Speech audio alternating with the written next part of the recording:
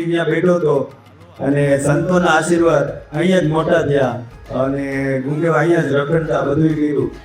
ધર્મવલ્લભ સ્વામીના સાનિધ્યમાં પ્રભુ સ્વામી અને ખાસ તો મારા ગુરુ વિશ્વ સ્વામી કે કલાની શરૂઆત જ અહીંથી થઈ. 8મા ધોરણમાં એડિટિંગ કરતા, કલ્ચરમાં રહેતા, ઘણું બધું કરતા.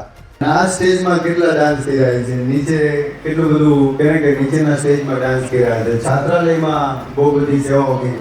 પણ 100% ગુરુકુળમાં તમે રહ્યો ને એ વાતાવરણ જ અલગ છે. એ હવે બહાર ગયા પછી આપણને ખબર પડે કે અહીંયા એક વાઇબ્રેશન તો છે જે બહાર આપણે ગોતતા હોય, બહાર નથી મળતું.